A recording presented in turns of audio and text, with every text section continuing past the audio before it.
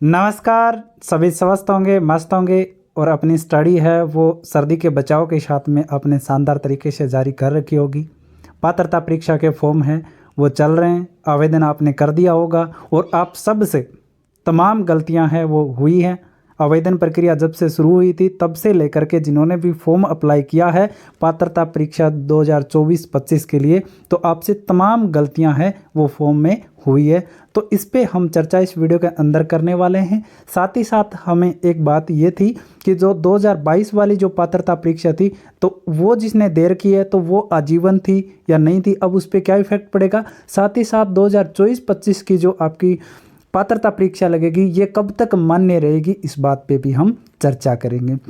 जैसे किसी ने फॉर्म भरने में गलती कर दी है, गलती तो हो गई, लेकिन अब उसका सॉल्यूशन क्या है वो इस वीडियो के अंदर देखने वाले हैं। क्योंकि गलती तो होनी थी जो हो गई, लेकिन अब हमें क्या चाहिए था, सॉल्यूशन चाहिए था, और इस वीडियो के अंदर हम वही सॉल्यूशन है वो देखने वाले हैं। चैनल पे पहली बार विजिट कर रहे हो या चैनल अभी तक सब्सक्राइब नहीं किया तो चैनल को सब्सक्राइब जरूर कर लेना। आपके लिए ये चैनल सहयोगी रहेगा आपकी तैयारी में, आपकी जो ज्वाइनिंग रहेगी जब आप 3rd ग्रेड में सेलेक्ट हो जाओगे वहाँ तक आपका सहयोगी रहेगा। और आपने अगर नहीं देखा है हमारे चैनल पे कंटेंट तो आप देख लेना। जो पूर्व में जो अध्यापक भर्ती हुई थी उनमें हर एक चीज़, जैसे एग्ज़ाम शुरू हुई वहाँ से लेकर के फॉर्म प्रक्रिया वगैरह सारी चीज़ें हमने बताई है, और जो ज्वाइनिंग लास्ट तक हुई वहाँ तक हमने सारी चीज़ें उपलब्ध करवाई है।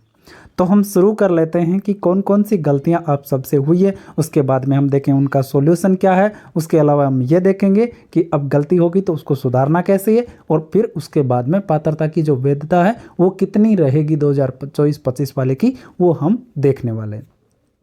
तो आपके सामने दिख रहा होगा ये है वो माध्यमिक शिक्षा बोर्ड की तरफ से जो आवेदन जो आप कर रहे हो उनका सैंपल पेपर है। ठीक है, इस प्रकार से आपने तमाम जो आपके जो आवेदन किए हैं उनमें आपने जानकारियां हैं वो फीड की है, और कौन कौन सी जानकारियां आपके लिए ज़्यादा महत्वपूर्ण थी उनमें सही भरना और कौन सी नहीं थी ये इसके अंदर हम जानने वाले हैं। तो सबसे पहले तो हम बात करेंगे, पहला कॉलम था आपसे आपका नाम पूछा। जैसे ही आपने आवेदन प्रक्रिया शुरू करी, चाहे तो खुद ने भरा है या ई-मित्र से भरा है, तो आपका नाम सबसे पहले क्या था, नाम था। उसके बाद में आपके पिताजी का नाम, उसके बाद में माताजी का नाम।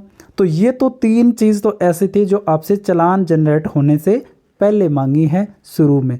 उसके अलावा एक डेट ऑफ बर्थ आपसे पूछी थी, और उसके अलावा क्या पूछा था आपसे, पूछा था कि आप लेवल 1 से हो या लेवल 2 से हो, ये पूछा था, या L1 L2 दोनों से भरना चाहते हो। तो ये बेसिक जानकारियाँ थी। कौन सी जानकारियाँ थी, बेसिक और महत्वपूर्ण जानकारी जो आपकी जो डिटेल्स थी वो थी। इनमें परिवर्तन है वो संभव नहीं हो सकता, ये मैंने पिछले वाले वीडियो में बताया था, और इसमें भी आपको मैं दिखाने वाला हूँ कि ये चीज़ दी हुई कहाँ पे है।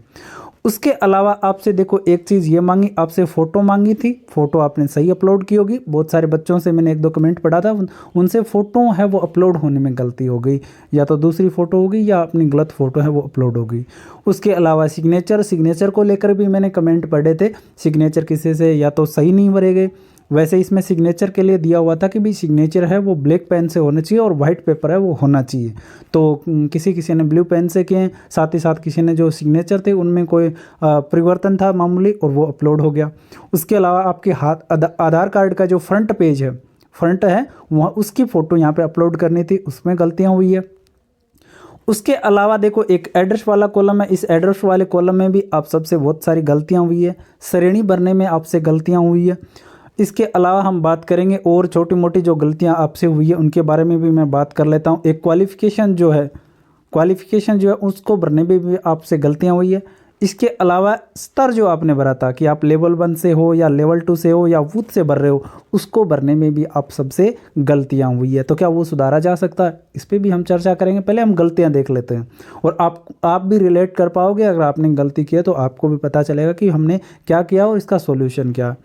अब उसके अलावा देखो क्वालिफ़िकेशन डिटेल का मैंने बताया था, यहाँ पे भी बहुत सारे लोगों से गलतियाँ हुई है कि यहाँ पे जो दे रखा है ना, ये संकाय वगैरह दे रखा, वर्ष, पासिंग ईयर, कोई भी जो आपने डिग्री कर रखी है जैसे 10वीं है, 12वीं है या ग्रेजुएशन की आप फीड कर रहे हो, तो वहाँ पे पासिंग ईयर गलत भरा गया आपसे। हुआ ये बोर्ड के नाम में किसी से गलतियाँ हुई है, या किसी से जो आपके पूर्णांक और प्राप्तता का इनको भरने में भी गलतियाँ हैं वो हुई है। इसके अलावा सबसे बड़ी मुख्य गलती है बहुत सारे लोगों से ये भी हुई है कि जिन्होंने बीएसटीसी या बीएड जो अपीयरिंग में है, जैसे कुछ लोग तो फर्स्ट ईयर में होंगे, कुछ लोग सेकंड ईयर में होंगे, और कुछ लोग ऐसे भी होंगे जिनका अभी जस्ट पीछे ही एडमिशन हुआ था। क्योंकि बीएसटीसी के अंदर देखो 3 बैच चल रहे हैं।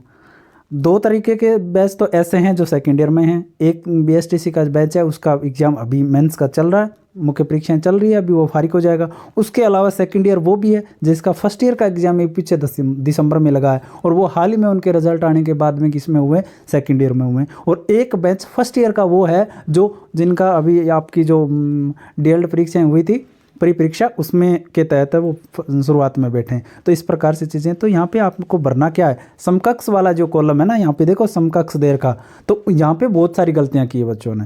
क्या किया, समकक्ष भर दिया, अब रोल नंबर नहीं दिए कि आप फर्स्ट ईयर में हो या सेकंड ईयर में हो, ये भी बहुत सारे बच्चों से नहीं बताया गया कि, और अपीयरिंग लिखा, उसके बाद में खाली छोड़ दिया।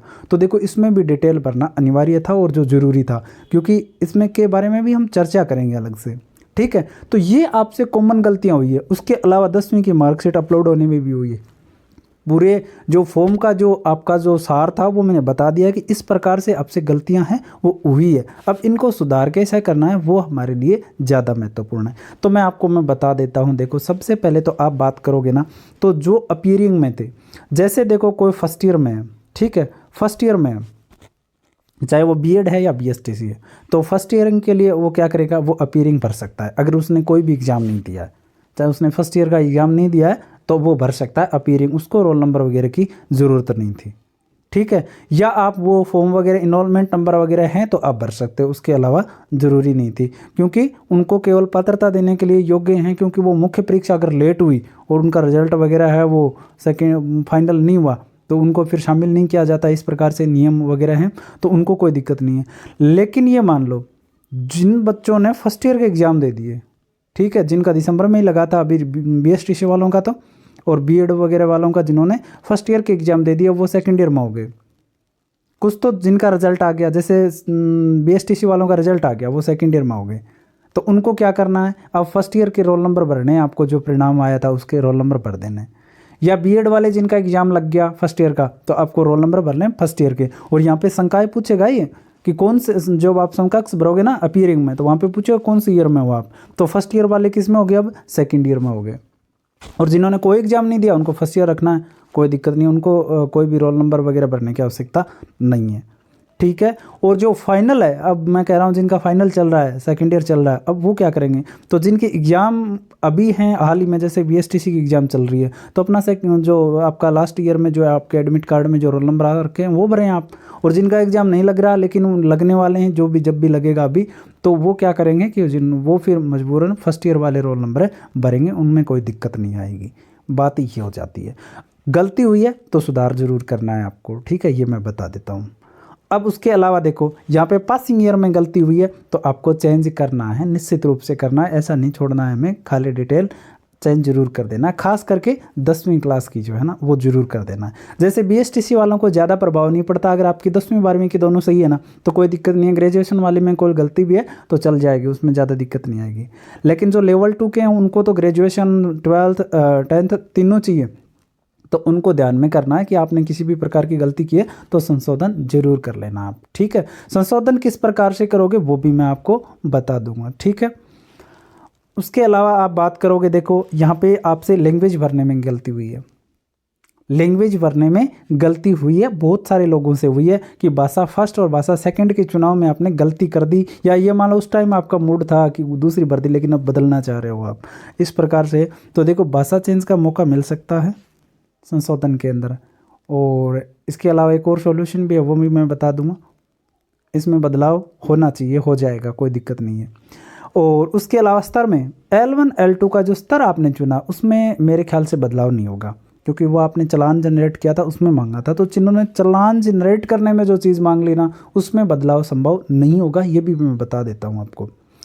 उसके अलावा आपसे गलतियाँ हुई है श्रेणी भरने में, जो कैटेगरी जो आपकी है ना SC ST OBC, ये ज़रूर इनमें गलतियाँ हुई है, बच्चों से काफ़ी सारी गलतियाँ हुई है। तो इनमें क्या करना, तो श्रेणियों में जो गलती है ना वो भी सुधार करने का मौका मिलने का चांस बहुत कम होता है, कैटेगरी में चांस बहुत कम मिलता है, क्योंकि बहुत बार मैंने फॉर्म खुलते देखे हैं और आप सब ने भी देखे होंगे, तो उनमें लिखा होता है कि श्रेणी में बदलाव नहीं कर पाओगे। तो अगर इसमें किसी का बदलाव हुआ है तो थोड़ा वो सोचना। इसके अलावा मैं बता देता हूँ, एड्रेस में देखो कोई बड़ी बात नहीं है, एड्रेस वाली कोई बड़ी बात नहीं, किसी का कुछ भी हुआ है ना तो कोई ज़्यादा टेंशन लेने वाली बात नहीं है इसमें। एड्रेस में जैसे देखो तहसील सही आ गई, ज़िला सही आ गया, राज्य सही आ गया, पिन कोड सही आ गई, कोई दिक्कत नहीं, नो टेंशन। फिर मत टेंशन लेना, कोई भी कुछ भी छोटी मोटी गलती हुई है ना तो उसकी कोई दिक्कत वाली बात नहीं, बस तहसील सही आ गई, ज़िला सही आ गया, राज्य सही आ गया, कोई दिक्कत नहीं, चल जाएगा। संशोधन भी कराने की ज़्यादा आवश्यकता नहीं है, और बाकी करना भी चाहोगे ना तो मौका मिल जाएगा, कर देना। अब इसके अलावा देखो जन्मतिथि मैंने बता दी नहीं होगी चेंज, बिल्कुल नहीं होगी, किसी भी आधार पर चेंज नहीं होगी। उसके अलावा धर्म वगैरह ये चीज़ें तो बेसिक कॉलम होते हैं, इनमें मौका मिल भी जाता है, ठीक है। अब जिसे नाम मैंने बता दिया चेंज नहीं होगा, पिता का नाम चेंज नहीं होगा, माता का नाम चेंज नहीं होगा, ये मैंने बता दिया। इसके अलावा फ़ोटो, सिग्नेचर और आधार कार्ड की जो कॉपियाँ वगैरह जो आपने लगाई ना उसमें हो सकता है आपको मौका मिल जाए संशोधन में, कोई बड़ी बात नहीं है, मिल जाएगा शायद। अब मैं एक चीज़ बता देता हूँ आपको, यहाँ पे हमने गलतियाँ देख ली, सॉल्यूशन मैं अब बता देता हूँ, फाइनल सॉल्यूशन बता देता हूँ। बाकी मैंने बता दिया कि इस प्रकार से आपकी संशोधन योग्य चीज़ें हैं, जो गलतियाँ हुई है उनमें संशोधन करवाना है। अब देखो बात ये है कि गलती हो गई तो हो गई, प्रेशर लेने की आवश्यकता नहीं, नया फॉर्म भर दो, नया फॉर्म भर दो, कोई दिक्कत नहीं है। विज्ञप्ति आप पढ़ लेना, विज्ञप्ति में दे रखा है कि अगर दूसरा आप फॉर्म भरते हो, एक से ज़्यादा फॉर्म होते हैं आपके, तो आपको जो फाइनल जो आपका जो फॉर्म रहेगा उसका चुनाव करना है जा कर के, और जो पीछे जितने भी आपने फॉर्म भरे हैं 2, 3, 4 जो भी, तो उनको वहाँ से हटा देना है। ऐसा माध्यमिक शिक्षा बोर्ड की जो विज्ञप्ति है, मैन विज्ञप्ति में पढ़ लेना, वहाँ पे लिखा हुआ है, ज़रूर एक बार गौर कर लेना, तो वहाँ पे ये चीज़ लिखी हुई है। तो आप निश्चित रूप से बिना किसी झिझक के दूसरा फॉर्म आप निश्चित रूप से भर सकते हो, कोई दिक्कत नहीं।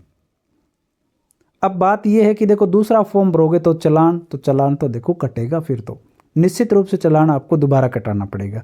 लेकिन अब बात ये भी है, आप ये सोचोगे कि हम तो करेक्शन में कर लेंगे, तो करेक्शन की बात देखो ये है। अब देखो जैसे L1 का अकेले का भरते हो तो 550 रुपये लग रहे हैं, या L2 का अकेले का भर रहे हो तो 550 रुपये लग रहे हैं, बूथ का भर रहे हो तो 750 रुपये लग रहे हैं।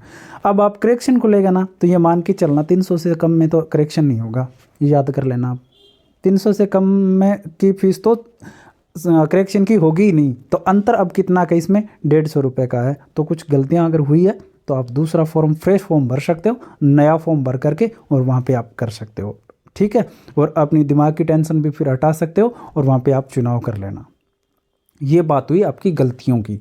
गलतियाँ बता दी कहाँ कहाँ हुई हैं, गलतियों का मैंने सॉल्यूशन बता दिया, और ये भी बता दिया कि जो चालान जनरेट करने में जो चीज़ें मांगी गई उनमें किसी भी प्रकार का बदलाव संभव नहीं होगा। और वो चीज़ें मैंने बार बार बता दी हैं, नाम, पिता का नाम, माता का नाम, स्तर कौन सा है, L1 या L2, डेट ऑफ बर्थ, ये चीज़ किसी भी आधार पे बदली नहीं जाएगी, जो चालान में है वही रहेगी, संशोधन नहीं होगा इनमें। अब इनमें जिसका किसी का भी कुछ भी गड़बड़ है ना, तो निश्चित रूप से आराम से आप फॉर्म भर देना नया, सोचने की आवश्यकता नहीं। अब इनके अलावा जो चीज़ें बची ना, वो बची है आपकी कॉमन। अब उनमें आपका जो विंडो खुलेगी ना, करेक्शन विंडो, तो उनमें आपको मिल सकता है मौका। एक दो चीज़ ऐसी हो जाए जिनमें ये नहीं दे, लेकिन ज़्यादातर सारी चीज़ें ऐसी हैं जिनमें आपको बदलने का मौका मिल जाएगा, तो करेक्शन में भी वो सही करवा सकते हैं। बाकी इनमें कोई भी है तो बेझिझक होकर के दूसरा चालान काट लेना और आराम से फॉर्म भर देना, प्रेशर ही नहीं रहेगा दिमाग में और कोई भी तरीके की बोधरेशन नहीं रहेगी, ठीक है। ये बात होगी आपकी गलतियों की। अब उसके अलावा आपको क्या करना है ये मैं बता देता हूँ कि आजीवन पात्रता का जो एक विषय था कि जो रीट जो पात्रता आपकी 2022 में लगी थी, तो उसकी वैधता जो थी 2022 वाले की, उसकी थी आजीवन। अब मुद्दा सबसे बड़ा अब इस बार भी ये उठा कि 2022 वाले हम फॉर्म भरें या नहीं भरें, तो 2022 वाले को भरने की आवश्यकता नहीं है। अगर क्लियर है तो आपका क्लियर है, ये आप भर सकते हो स्कोर सुधारने के लिए। और अगर फेल भी हुए तो कोई दिक्कत नहीं, पिछले आधार पे आप पेपर दे सकते हो। बात ये हो गई। अब बात आई कि 2024-25 वाले का क्या, फिर 2024-25 वाले का क्या होगा, ये जब देखो बोर्ड की वेबसाइट पे आपको मिल जाएगा। FAQ में, ठीक है, कुछ प्रश्न पूछे गए थे उनमें मिल जाएगा। तो वहाँ पे पूछा गया कि रीट पात्रता 2024 के पात्रता प्रमाण पत्रों की वैधता कितने समय की होगी। तो इन्होंने उत्तर दिया कि रीट परीक्षा 2024 के प्रमाण पत्र की जो कि वैधता होगी आजीवन होगी। मैं ऐसे ही नहीं कह रहा, ये कोई ऐसे नहीं है, मैं दिखा देता हूँ कहाँ से डाउनलोड किया है। जो आपकी वेबसाइट है वहीं से मैंने डाउनलोड है किया है FAQ में, ठीक है। सामान्य निर्देश पूछ रखे, इसमें लिखा है कि रीट आवेदन 2024 के आवेदन पत्र के संबंध में कुछ प्रश्न व उनके उत्तर, ठीक है। अब देखो यहाँ पे इन्होंने प्रक्रियाएं बता रखी है कि किस प्रकार से आप आवेदन कर सकते हो। अब इसमें यह भी लिखा है भाई चालान जनरेट करने में कौन कौन सी चीज़ें सहयोगी होती है, जैसे नाम, पिता का नाम, माता का नाम, जन्मतिथि, दिनांक, मोबाइल नंबर। अब इनमें बदलाव नहीं हो सकता, ये सारी चीज़ें हैं, मैंने भी बता दी। चालान जनरेट करने में जो काम आ गई उनमें बदलाव नहीं होगा, गलत हो गई हो गई, ठीक है। अब उसके अलावा हम क्या करें, उसमें बाद में पूछा गया देखो इस प्रकार से कि चालान वगैरह के बारे में और एक स्पष्ट लिखा है इन्होंने, ये मैं बता दे, देखो ये रहा कि रजिस्ट्रेशन के पश्चात नाम, पिता का नाम, माता का नाम, जन्म दिनांक, मोबाइल नंबर, परीक्षा स्तर में किसी भी प्रकार का परिवर्तन किया जा सकता है या नहीं। तो यहाँ पे स्पष्ट लिखा है कि आवेदक उक्त सूचना को पूर्ण रूप से जांच लें, क्योंकि चालान जनरेट करने के पश्चात इसमें किसी भी प्रकार का संशोधन या परिवर्तन किसी भी परिस्थिति में नहीं किया जा सकता। गलत जानकारी से युक्त जमा राशि किसी भी स्थिति में लौटाई नहीं जाएगी। तो परिवर्तन नहीं होगा, करेक्शन नहीं होगा, ये चीज इन चीज़ों में, ये मैंने बार बार बता दिया है। अब उसके अलावा शुल्क वगैरह बता रखे हैं इनको, ठीक है। चालान कैसे जमा करवाना ये बता दिया, ऑनलाइन ऑफलाइन दोनों करवा सकते हो। और उसके बाद में मैंने सेलेक्ट क्या करना है वो इन्होंने बता दिया, आवेदन शुल्क लौटाएंगे नहीं ये बता दिया। अब इनमें सारी चीज़ें हैं वो दे रखा है, वो जो फोटो वगैरह का उन्होंने दे रखा है। तो हमारे लिए महत्वपूर्ण कौन सी लाइन थी, हमारे लिए महत्वपूर्ण लाइन थी जो मैंने बताया था कि जो आपकी वैधता है वो कहाँ तक की है। तो आजीवन वैधता है वो 2024-25 की जो रीट रहेगी इसकी रहेगी, और पिछली बार की भी जो थी उसमें भी रहेगी। तो ये हुई बातें इस चीज़ की, ठीक है। मैंने गलतियां बता दी, गलतियों का जो आपका सुधार करने का वो मैंने माध्यम बता दिया कि फॉर्म भरना है, और माध्यमिक शिक्षा बोर्ड की जो विज्ञप्ति है रीट पात्रता के लिए उस विज्ञप्ति में पढ़ना, वहाँ पे लिख रखा है कि अगर आप गलत फॉर्म भरते हो, ठीक है, और उसके बाद में अगर आप सही फॉर्म नई सिरे से भरते हो चालान काट करके, तो आप सही वाले को सिलेक्ट कर लेना भरने के बाद में इन दोनों में से, ठीक है। तो आपका सही वाला हम स्वीकार कर लेंगे। और अगर आप सही वाले को बिना स्वीकार किए छोड़ते हो, टिक किए हुए छोड़ते हो, तो इन दोनों की स्थिति में हम दोनों को ही क्या कर देंगे, रिजेक्ट कर देंगे। बात ये है। तो ये वीडियो ज़्यादातर तो इसी बात के लिए था कि 2 फॉर्म भरने हैं लेकिन एक का ही चुनाव करना है। दूसरी ये बात कि आपकी जो पात्रता है 2022 की भांति ही आपकी जो अब वार वाली जो है आपकी पात्रता रहेगी ये भी आजीवन रहेगी। और दूसरी बात ये भी है कि जो आपने पात्रता परीक्षा के लिए जो करेक्शन विंडो खुलेगी वो 15 जनवरी के बाद में खुलेगी। 15 जनवरी के बाद में निश्चित तौर पे आपको मिल जाएगी, आपको जो करेक्शन विंडो है वो खुली हुई मिल जाएगी, वहाँ से आप संशोधन कर पाएंगे निश्चित राशि के साथ में। तो आज के लिए इतना ही, धन्यवाद।